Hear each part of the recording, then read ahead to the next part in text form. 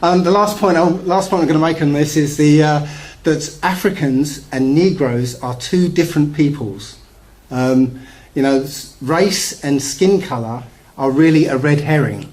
Okay, it's a kind of divisive lie that has been put about, and I'm going to go into this a bit more in detail. Yeah, to separate people by perceived race is a distraction.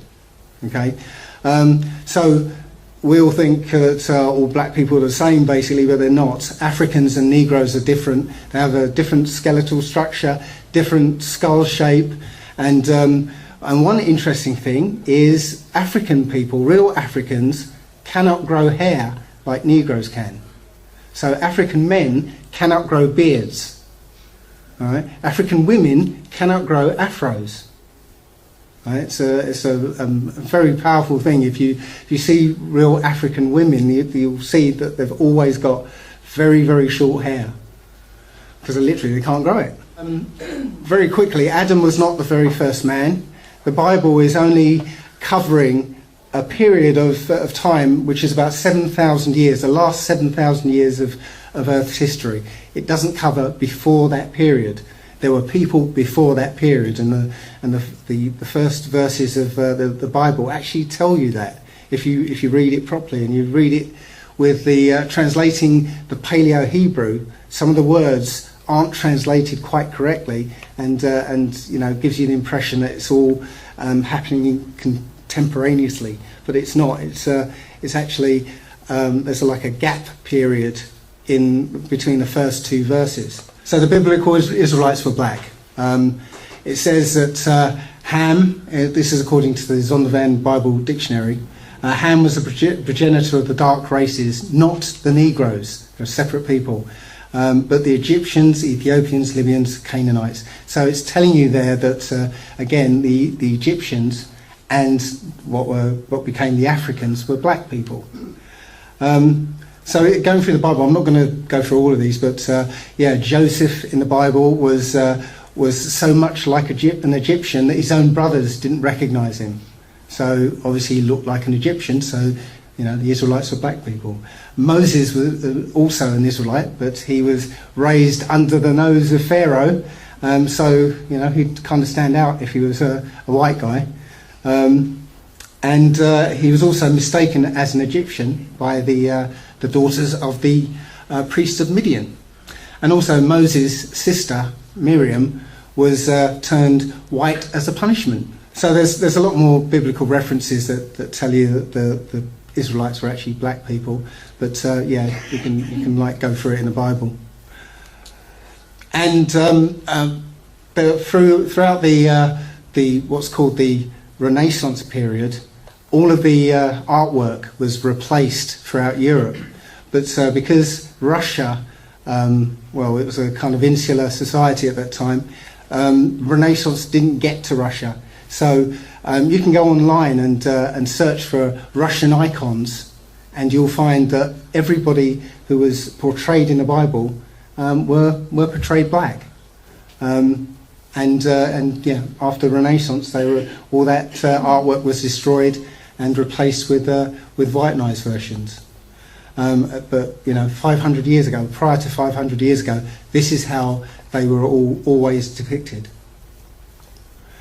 And the last thing is that this man is the ex-president of Egypt, and he was quoted on television to say, "We can't accept the Jews because they left here black but came back white." So, and he literally said that on television. And yeah, he was murdered not long after that. So yeah, in Psalms it tells you that that all the nations were going to come against these people, and they were going to make sure that their name would be forgotten, and they would forget who they are. And that's what's happened. And all these nations are confederate against them. These are all the nations that Esau mixed with. Because Esau felt cheated of his birthright, yeah, the ancestral hatred has remained, yeah, even though he's been spread out across all these different nations. So when the Europeans came to get slaves, not a single African went into slavery. What happened was the slavers came for the Judeans, the Negroes, and it was the Africans who actually sold them into slavery. It was the Arabs and the Africans who sold them into slavery. Right? They didn't sell themselves into slavery. It was the Africans were selling the outsiders, the ones who came in and were actually prospering in the wilderness of their land. So that dispels that myth that Africans were selling each other into slavery. So on a similar note, who were the Spartans? In one of the books that were left out of the Bible, the Maccabees, it tells you that the Spartans were brethren of the Jews there, the Judites there. There's a letter to the Lacedaemonians, as they were called, saying, "Look, we're brothers. Let's make a pact. Let's join together." So it tells you right there that the Spartans were actually black people as well. So that film should have had Denzel Washington playing the guy. So yeah. So, and who were the Trojans? Well, this was quite amazing for me, because I just happened to be reading the Iliad at one point, and I was researching this.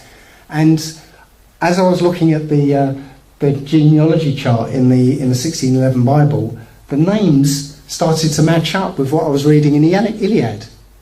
So one of the sons, or great-great-grandsons of Judah, was a guy called Dada. And again, it's in the Iliad that Dada, or Dardanus, was the father of Erichthonius, who was the father of King Tros, who founded Troy. So again, the Israelites were the Trojans. So the Trojans were black too.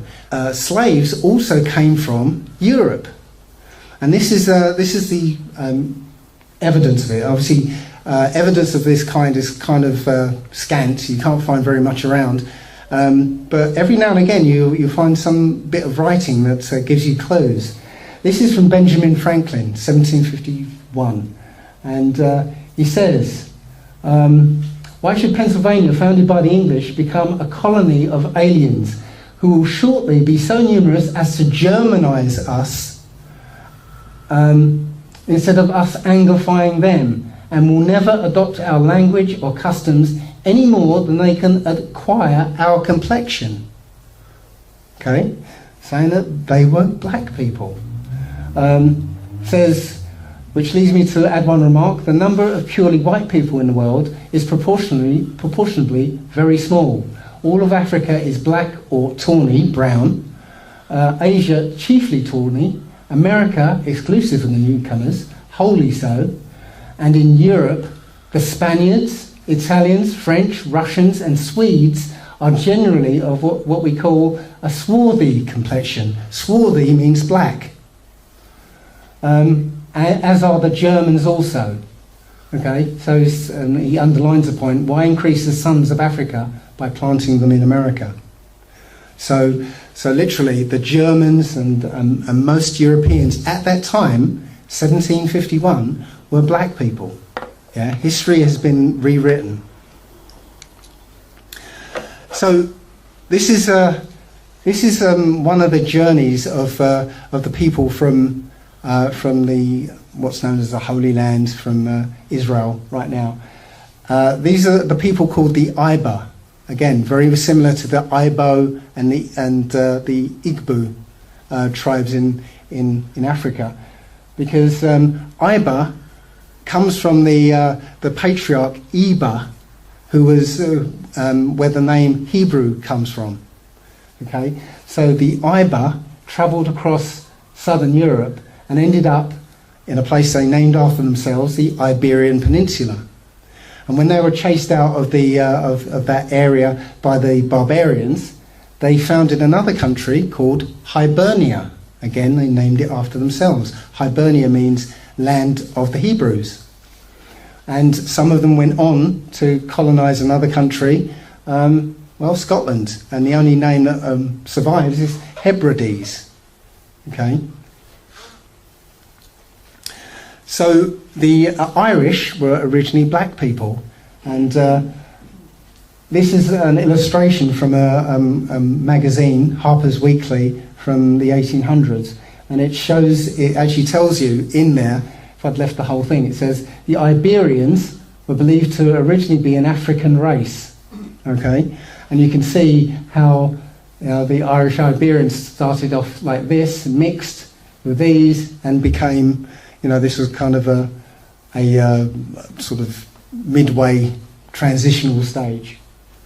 But if you look at the Iberian writing of the time, it's almost exactly the same as the Paleo-Hebrew script, right? Saying that these guys came from Jerusalem, basically. Britain actually started through a black Hebrew Israelite who was a Trojan prince.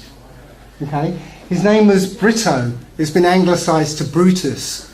And what happened was, after the fall of Troy, he set out with 300 ships off to find a mythical land in the west. Okay, it's not written there, but he actually he landed in France at one point. He sailed up a French river and started fighting the French, the pre-French, I guess.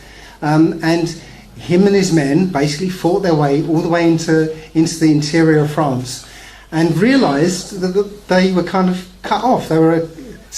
His men were all kind of stuck in the middle of France, surrounded by their enemies, and thought, well, we're not going to do very much here, so let's leave. But obviously their mark is still there, Brittany.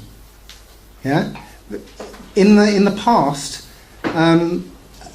places got named after the people that were there. So Brittany, Bretagne, is a mark that this man was there. What happened was Brutus, Brito, landed in 1103 BC in Totnes, of all places. That's correct. Yeah. Well, we'll get into that. Yeah. So when he landed here, he found that the country was overrun with red-headed giants. And the king of the giants was called Albion, and that's, again, places were named after the people. So the country was called Albion. So essentially, Brito and his men killed all the giants apart from one, Albion's brother, called Gog-Magog.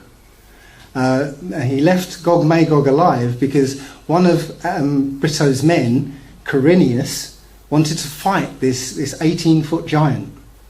Right, so the giant was kind of nursed back to health. He had to be nursed back to health so he could fight Quirinius. And this epic battle occurred on Plymouth Hoe. And what happened was Quirinius ended up throwing Gog-Magog over the cliff onto the rocks. And the place was called Lam-Go-Mago, which means Giant's Leap. Okay, but now it's called Plymouth Hoe. So Britannia, or Britannia, was named after Brito or Brutus. Brito in Hebrew is basically something like holder of the covenant. Okay, Britannia means land of the covenant. This is the covenant between Abraham and the Most High. Okay, the Creator. Specified in the Bible. When Brutus founded his capital city, he called it Troyanova, New Troy. Okay, there's a tribe near London called Trinovantes, which is telling you that these people lived near New Troy. And yeah, the Romans renamed it Londinium. So Brutus was part of the royal family. He descended from Judah. He's part of the real royal family. The real royal family is descendant of King David. So he was a direct descendant of King David, part of the Zara side of the family. Not Pharaohs. Sorry? Not Pharaohs, no. Pharaohs was the one that got the inheritance. Yeah, but still, Zara was part of the royal bloodline. No, but he was born second. I know, but yeah, but the royal line. He's still part of the royal line of Judah, but Yeah, right. Pharaohs had the birthright. Yeah, but you'll see what happens is they connect together in the end All right. in a bloodline. So yeah, the proof of this is in 4th Street in Totnes. You can go right in the street. There's the Brutus stone, which is where he's said to have set foot in Totnes. Also in London, the Church of St Swithin, there's a stone which Brutus brought from Troy, and again you can go to that church and see it. And I already mentioned about the Trinovantes. Also, this is a tapestry showing the epic battle between Quirinius and the red-haired giant at Plymouth Hoe. So Quirinius, after his epic battle, he was given Cornwall, and that's Cornwall was actually named after Quirinius. And yeah, there were up until I think it was 1486. There were chalk drawings of 2 giants, or 1 giant and a smaller man. This was commemorating Quirinius and Gog Magog. And right here, there's a news story saying that they want to recreate the chalk drawings on Plymouth Hoe. So, and also in the Lord Mayor's parade in London, they parade 2 giants, Gog and Magog. It's just a corruption of Gog Magog and Quirinius. So, as I said, Britain or British means land of the covenant. It's a Hebrew word. And as I said, it's a covenant between the Hebrews and the Creator. So, are we keeping the covenant? Just a quick word about the Anglo-Saxons. The word Saxon actually means sons of Isaac. Okay, the Anglo-Saxons means the angelic sons of Isaac. The angelic sons, and there's been some confusion about this, the angelic sons are the ones that exhibited the fallen angel seed. So the original Saxons were dark-skinned, and the Anglo-Saxons were lighter-skinned. And I didn't actually mention this when I was talking about Greece, but this is the modus operandi of this bloodline. Okay, what they would do is, when there was a population they wanted to conquer, they would infiltrate this population. They would sort of arrive in few numbers, and then some more and a few more, until they had enough power, and they would take over that population, become those people, and rewrite history so you don't know about those people. Okay, and the same thing happened in Germany, Saxony. There was the original Saxons, and then this bloodline came in, took over, and they became the Anglo-Saxons. To my etymological research, the word Saxon. So it kind of brings us to King James the sixth and the first. He was a black man. Okay.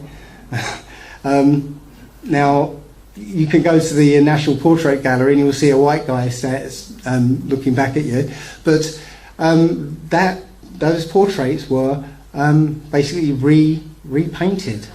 Okay, what couldn't be painted over were engravings, and in the 1611 Bible, there's an engraving of a black man. He was actually again an Israelite of the royal house of Judah, descended from the Pharaoh's line. Okay, that what came in through France. Sorry, yeah, got that, told you. Yeah, so he was the one who had the Bible translated as faithfully as possible at the time, because it says in the foreword actually that there were people, and he meant the Roman Catholic Church, who wanted to destroy the word of the Most High, and he didn't want that to happen, so that's why he had the Bible translated. He sat on the thrones of England, Scotland, Ireland, and France actually, and he unified them into one kingdom. And I said, there's the bogus painting of James. He's been smeared with allegations of homosexuality and sleeping with his mother, but they're all baseless claims. Because how can you be homosexual and have 9 children with your wife? You have to have an awful lot of sex to get 9 children, I think. So yeah, more pictures, engravings of him. And there's an engraving of James and his wife Anne of Denmark with a afro. Yeah. So he reunited the tribes of Israel in England. Right? The Union Jack means the reunification of Jacob. Okay, that's why under the throne, the coronation throne, is the stone of Scone, which is the stone of destiny, the stone of Jacob, the stone that Jacob rested his head on when he wrestled with an wrestled with an angel. Same thing, really. So yeah, that's why that stone is there, because this country is the New Jerusalem. You know, I probably wondered why that song Jerusalem comes from. Guy Fawkes was actually an agent of the Roman Catholic Church, and he wasn't about trying to get rid of Parliament. He was trying to assassinate James.